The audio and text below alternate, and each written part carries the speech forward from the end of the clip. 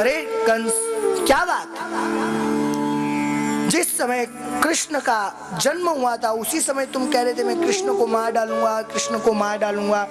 आज कृष्ण 10 वर्ष की अवस्था के हो चुके हैं और अभी तक तुमने कृष्ण का बाल भी बांका नहीं किया है। यह सारी लीला रची जा रही। नारद जी अगर कंस को नहीं बोलेंगे तो कंस उत्पात नहीं मचाएगा। कृष्ण को परसों के दिन मार डाला, ऐसा 3 दिन बाद में मैं यही सुनना चाहता हूँ। मेरे पास यही समाचार आना चाहिए कि कृष्ण को कंस ने मार दिया है। और ये कहकर नारद जी सीधा हमारे वृंदावन पहुंचते हैं। वृंदावन जब वे नारद जी महाराज पहुंचते हैं तो क्या देखते हैं? वृंदावन पहुंचकर वे देखते हैं कि हमारे कन्हैया और बलराम भैया गौ माता को चराते हुए आ रहे हैं। और जैसे ही हमारे कन्हैया ने नारद जी महाराज को देखा, अरे देवर्षि प्रणाम करते हैं, आपके चरणों में साष्टांग दंडवत प्रणाम करते हैं। नारद जी का प्रभु ऐसा मत कीजिए, मैं आपके चरणों में प्रणाम करता हूँ। आओ नारद जी पधारो, कैसे आना हुआ? नारद जी बोले बताओ प्रभु, आप मुझे यह बताओ कि आप कंस का उद्धार कब करोगे? कंस को कब मारोगे? आप उस पापी को कब मारने वाले हो? भगवान बोले अरे नारद जी, उस कंस को मारने वाला मैं कौन होता हूँ? व्यक्ति तो अपने जीवन में जैसे कर्म करता है, अगर वह पुण्य करता है या तो उसको पुण्य का फल प्राप्त होगा, और वह दुष्कर्म करता है तो उसको पाप प्राप्त होगा। कृष्ण और बलराम को अपने हृदय से आलिंगन कर लिया और अपने नेत्रों के अश्रुओं के द्वारा पूर्ण सिर को भिगो दिया। अरे मेरे पुत्रों, तुम मेरे से दूर जा रहे हो। सुखदेव जी महाराज वर्णन करते हैं, राजन दोनों यशोदा के चरणों में गिर पड़े। कृष्ण और बलराम भैया दोनों यशोदा मैया के चरणों में लिपट गए, हिलकियों से रो रहे हैं। गोपाल बोले अरे मैया, दुनिया की सारी चीज भूल सकता हूँ मैया, परंतु तुम्हारे प्रेम को, स्नेह को, तुम्हारे इस बंधन को मैं कभी नहीं भूल सकता मैया। मैं दुनिया की सारी बातें भूल सकता हूँ, दुनिया की सारी वस्तु भूल सकता हूँ माँ, लेकिन मैं इस तुम्हारे प्रेम को, तुम्हारे स्नेह को, तुम्हारे प्रेम के द्वारा मुझे बांधे हुए पल को मैं कभी नहीं भूलूंगा। अश्रुओं की धारा बह रही है। सुखदेव जी महाराज वर्णन करते हैं, राजन मेरे कन्हैया यशोदा मैया से कहते हैं माँ न चांतर न बहिर्यस्य, माँ न चांतर न बहिर्यस्य, न पूर्वं नापि चापरम, पूर्वा परम बहि आधाश चांतर जगतो यो जगच्चयः। कन्हैया रोते रोते कहते माँ मैं आपको कभी नहीं भूल पाऊंगा। मैं भगवान के जितनी, देवताओं के जितनी भी उम्र अगर पालूं तो मैं तुम्हारा ऋण, तुम्हारे प्रेम का भाव कभी नहीं चुका पाऊंगा। भैया ने मैया के चरणों का वंदन किया, मैया के चरणों का वंदन किया, बार बार अपने ब्रज को प्रणाम किया। अरे मैं इस ब्रज को प्रणाम करता हूँ, इन ब्रज की गोपियों के चरणों में प्रणाम करता हूँ। अरे गोपियों, मैं तुम्हारे भी भाव को कभी नहीं भूल सकता, क्योंकि तुम गोपियाँ ऐसी हो, मैं देवताओं जैसी उम्र भी अगर पालूंगा ना तो तुम्हारे प्रेम को नहीं भूल पाऊंगा। सुखदेव जी महाराज वर्णन करते हैं, राजन बहुत सुंदर भाव बता रहे हैं।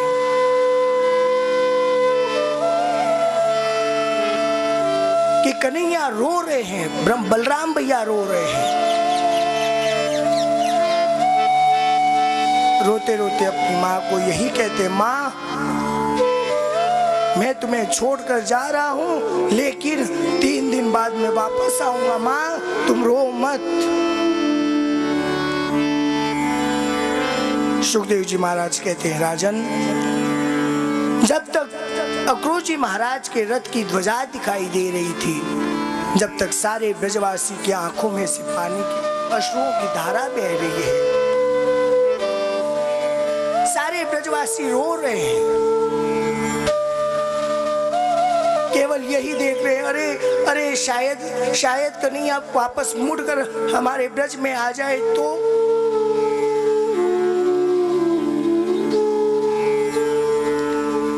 ब्रज के सखा, ग्वाल, गोपी, गोप सब केवल यही विचार कर रहे हैं कि हमारा कन्हैया वापस हमारे पास आ जाएगा।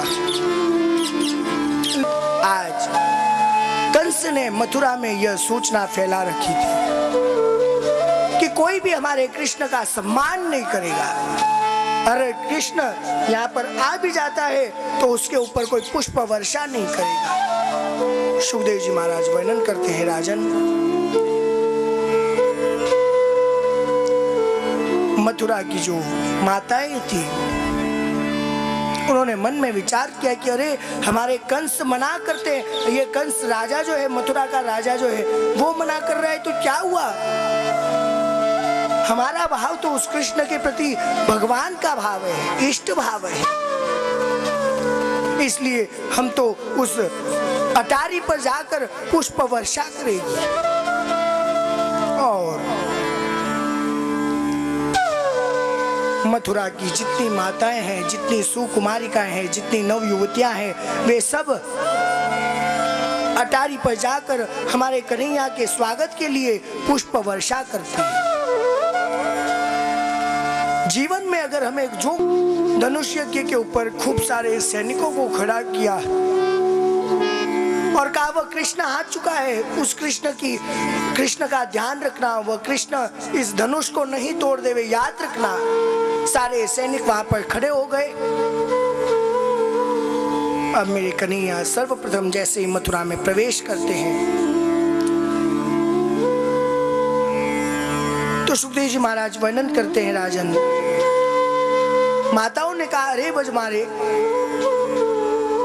तू अगर हमें कृष्ण का सम्मान करने के लिए मना करता है तो क्या हुआ, हम तो कृष्ण का सम्मान करेंगे, चाहे हम कहीं पर भी जाकर करें, हम हमारे सम्मान को नहीं छोड़ेगी, हम कृष्ण का सम्मान करे बिना नहीं रहेंगे। कन्हैया ने भी मन में यही सोचा, कंस का उद्धार तो मुझे करना ही है, क्यों नहीं मैं कंस का उद्धार शीघ्र करूं। समय की सीमा को देखते हुए भक्ति है, उतने में ही मेरे कन्हैया ने धनुष को लिया और दो टुकड़े किए और कृष्ण और बलराम दोनों भैया ने धनुष के एक एक टुकड़ों को हाथ में लिया और हाथ में लेते हुए उन सारे सैनिकों को मारना प्रारंभ किया। एक को इधर से मार रहे, एक को उधर से मार रहे, सभी प्रकार से उन सैनिकों को मारा। लेकिन एक सैनिक दौड़ता हुआ कंस के पास पहुंचा, महाराज महाराज महाराज, आपने उस कृष्ण और बलराम को बुलाकर बहुत बड़ी गलती की है। अरे क्यों, क्या हुआ महाराज, उसने आपने धनुष को तोड़ दिया है। सुखदेव जी महाराज वर्णन करते हैं, राजन विशाल रंगभूमि में एक तरफ माताएं विराजमान है, उस रणभूमि में जाने के पहले मेरे कन्हैया ने कुवलया पीर नाम के हाथी का उद्धार किया। तत्पश्चात जब मेरे कन्हैया उस रणभूमि में प्रवेश करते हैं तो वहां पर एक तरफ तो माताएं हैं, एक तरफ नवयुवतियां हैं, एक तरफ ग्वाल है, एक तरफ गोप है, एक तरफ बड़े बड़े मल्ल पहलवान हैं और मेरे कन्हैया सबको अलग अलग भाव में दिख रहे हैं। नव युवतियों को मेरे कन्हैया कामदेव के रूप में नजर आ रहे हैं, माताओं को मेरे कन्हैया एक बालक के रूप में नजर आ रहे हैं, गोपों को मेरे कन्हैया सखा के रूप में आ रहे हैं, मल्ल पहलवानों को हमारे कन्हैया बड़े बड़े विशाल पर्वत के रूप में नजर आ रहे हैं, कंस को साक्षात काल के रूप में हमारे कन्हैया नजर आ रहे हैं। सुखदेव जी महाराज वर्णन करते हैं, राजन सभी को अपने अपने भाव के अनुसार कन्हैया के दर्शन होने लगे।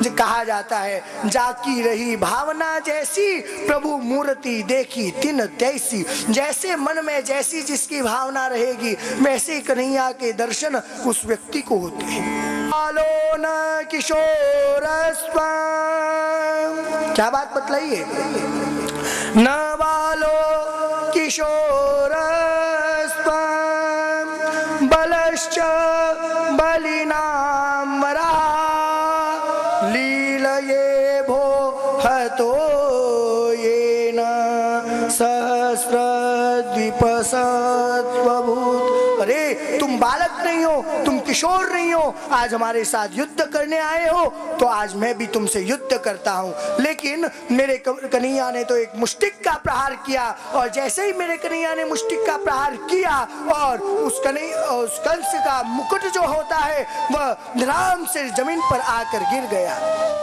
सुखदेव जी महाराज वर्णन करते हैं राजन, सुखदेव जी महाराज वर्णन कर रहे हैं राजन, अब कन्हैया जो है, हमारे कन्हैया ने कंस के बालों को पकड़कर खींचना प्रारंभ किया। वर्णन कर रहे हैं राजन, जब कंस के केशों को खींचा जा रहा था तो कंस ने कहा, अरे अरे कृष्ण, अरे कृष्ण, मुझे दर्द हो रहा है, मेरे केशों को मत खींचो। मेरे कन्हैया ने बहुत सुंदर बात कही। कन्हैया ने कहा, अरे मामा जी, आज आपको दर्द हो रहा है, जिस दिन मेरे माँ के केश आपने खींचे थे, रथ से बाल पकड़कर खींचकर उसे नीचे घसीट लिया था, उस दिन आपको महसूस नहीं हुआ? उस दिन आपको याद नहीं आई कि मेरी माँ के भी केश दर्द कर रहे होंगे, मेरी माँ का भी दर्द हो रहा होगा? आपने उस दिन नहीं विचार किया? कंस कहता है, अरे मुझे क्षमा कर दो कन्हैया, अरे कन्हैया मुझे क्षमा कर दो, अरे कन्हैया मुझे क्षमा कर दो। लेकिन कन्हैया ने कहा, देखो आज मामा जी आपके इस पाप वाले घड़े का सुंदर भटकाया है। जब मेरे कन्हैया ने देखा कि हाँ भैया पूरे पाप का यह घड़ा इनका भर चुका है, उसी समय मेरे कन्हैया ने एक लात मारकर कंस को जमीन पर गिराया और पूर्ण पृथ्वी का, पूर्ण ब्रह्मांड का भार अपने शरीर में लिया और छलांग लगाकर कंस के शरीर और कंस के प्राणों का उद्धार कर दिया।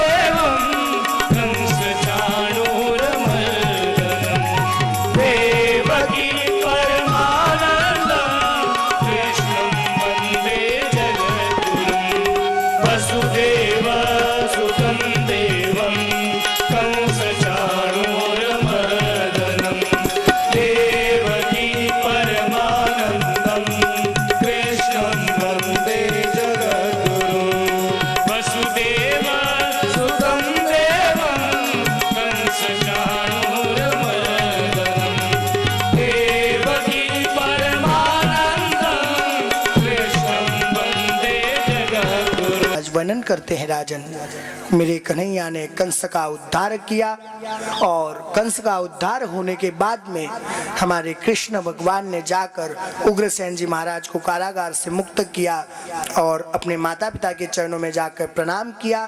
और जब आज हमारे कृष्ण भगवान जा रहे हैं तो सासू जी जो होती है ना, सारी मथुरा की बहुएं जो थी, नव युवतियां जो थी, वह हमारे कृष्ण का दर्शन करने लगी। जब वे कृष्ण का दर्शन कर रही थी तो एक सासू जी ने कहा, कहा बहू तू बावरी, शर्म न आवे तो बदन खोल ठाड़ी भई, का कहे जनमोय। अरे बहू तू कितनी पागल है, तुझे शर्म नहीं आई? तू बाहर आके उस कृष्ण को देख रही है खुले माथे के, लोग मुझे क्या कहेंगे? तो बहुत सुंदर भाव वापस उस नवयुवती ने कहा, उसने कहा, सुनो सास जी वचन मम, कछु न कही है कोई, नंद नंदन को छान के हमें निरख है कोई। अरे माता जी सुनो, सासू जी वचन मम, अरे माता जी मेरा वचन सुनो, कोई कुछ नहीं कहने वाला है। क्यों नहीं कहेगा? नंद नंदन को छान के, अरे मैया, अरे माता जी, जहां पर साक्षात नंद नंदन आए हुए हैं तो उस नंद नंदन को छोड़ के मुझे कौन देखने वाला है? हाँ ये बात है, अगर नंद नंदन नहीं होते और फिर मुझे देख लेते, लेकिन नंद नंदन आने के बाद में किसकी नजर नंद नंदन से हट जाएगी? सभी भक्तजन तो केवल नंद नंदन का ही दर्शन करेंगे ना। इसीलिए एक बार दोनों हाथ ऊपर करके बोलेंगे, बोलिए वृंदावन बिहारी लाल की जय, बाके बिहारी लाल की जय, सावरिया सेठ की जय, सावर जी भगवान की जय। सुखदेव जी महाराज वर्णन करते हैं, राजन एक दिन की बात है, हमारे कन्हैया और अध्ययन करने के लिए, वेदाध्ययन करने के लिए गए। वेदाध्ययन होने के बाद आज पुनः हमारे कन्हैया और बलराम भैया घर पधारे हैं। घर में पधारने के बाद आज बहुत सुंदर बात है, बहुत सुंदर बात बतलाई जा रही है। हमारे कन्हैया के लिए देवकी मैया ने एक बाजरी की रोटी बनाई, बाजड़ की रोटी, जिसे बेजड़ की रोटी कहा जाता है। तो बेजड़ की रोटी और गुड़ और माखन, ये तीनों चीजें आज देवकी मैया ने एक थाली में परोस कर कन्हैया के सामने रखी। लो कन्हैया, आपके लिए आपके मनोचित जो प्रसादी होती है वो तुम्हारे लिए लाई हूँ। वो देखते ही मेरे कन्हैया के आंखों से अश्रुओं की धारा बहने लग गई। देवकी मैया ने भी मन में विचार किया, क्या बात है, क्यों रो रहे हैं कन्हैया? और वसुदेव जी महाराज ने भी मन में विचार किया, रोने की क्या बात है, इतना सुंदर भोजन है, बेजड़ की रोटी आपको पसंद है कन्हैया, माखन आपको प्रिय है कन्हैया, गुड़ आपको प्रिय है, फिर आप क्यों रो रहे हो? कन्हैया जोर जोर से रो रहे हैं। उद्धव जी महाराज आए, उद्धव जी को बोला गया कि अरे कन्हैया रो रहे हैं। उद्धव जी ने जाकर कहा, अरे कन्हैया क्यों रो रहे हो? कन्हैया ने कहा, देखो उद्धव, मैं इसलिए रो रहा हूं कि मेरी माँ यशोदा मैया जो थी ना, वह हमेशा मुझे गोदी में बिठाकर अपने हाथ से ग्रास खिलाया करती थी। पहला कारण तो यही है कि देवकी मैया को ज्ञात नहीं है कि मैं किस प्रकार से भोजन करता हूँ। मैं तो गोदी में बैठकर भोजन करता हूँ, इसलिए मुझे रोना आ गया। और दूसरा कारण यह है कन्हैया उद्धव कि माखन शब्द में माँ शब्द पहले आया है, और माखन शब्द बोलते जब माँ शब्द आया ना, माँ की मुझे याद आ गई, मुझे मेरे माँ यशोदा मैया की याद आ गई, क्योंकि माखन शब्द में माँ समाहित है। माखन शब्द में सबसे पहले माँ आया है। अरे उद्धव, इसीलिए मुझे मेरी माँ की याद आ रही है। बंदगी तेरे बस की नहीं है, यहाँ सर्द के होते हैं सौदे, आशिकी इतनी सस्ती नहीं है, ये तो प्रेम की बात है उधो। श्री राधे, दोनों हाथ ऊपर करते हुए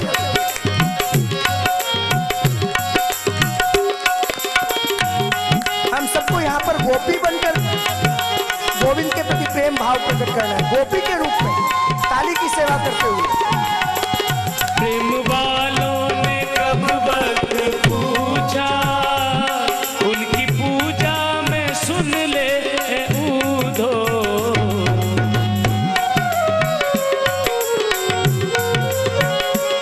प्रेम वालों ने कब वक्त पूछा, उनकी पूजा में सुन ले ऊधो।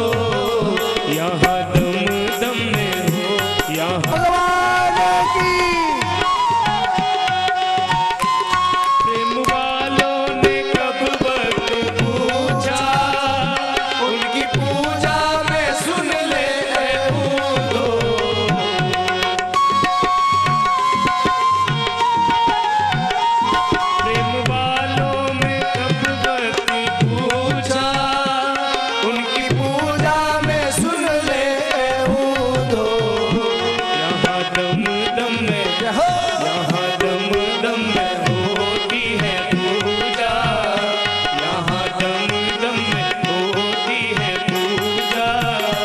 सर झुकाने की फुर्सत नहीं है, ये तो प्रेम की बात है कूदो।